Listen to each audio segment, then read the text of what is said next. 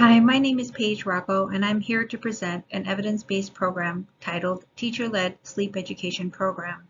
The purpose of this EBP is to determine the best way to educate young people on the importance of sleep. Insufficient sleep in teenagers is a national public health crisis that put teens at risk for obesity, insulin resistance, diabetes, poor mental health, depression, and decreased school performance. 78% of high schoolers were identified as not getting sufficient sleep, according to the most recent Youth Risk Behavior Surveillance System compiled by the CDC. Subsequently, the CDC has targeted this cohort as a priority group for sleep education.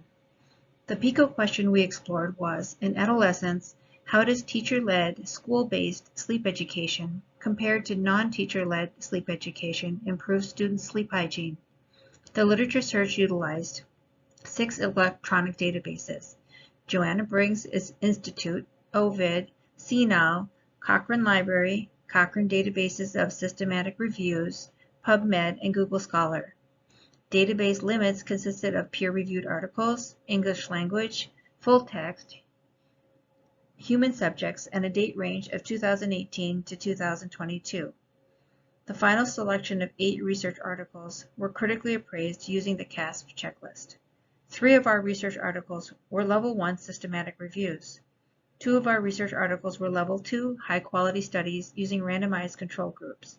The final 2 studies were Level 3 qualitative studies. Common themes emerged in all our research articles, which strongly recommended support of a teacher-led sleep education program.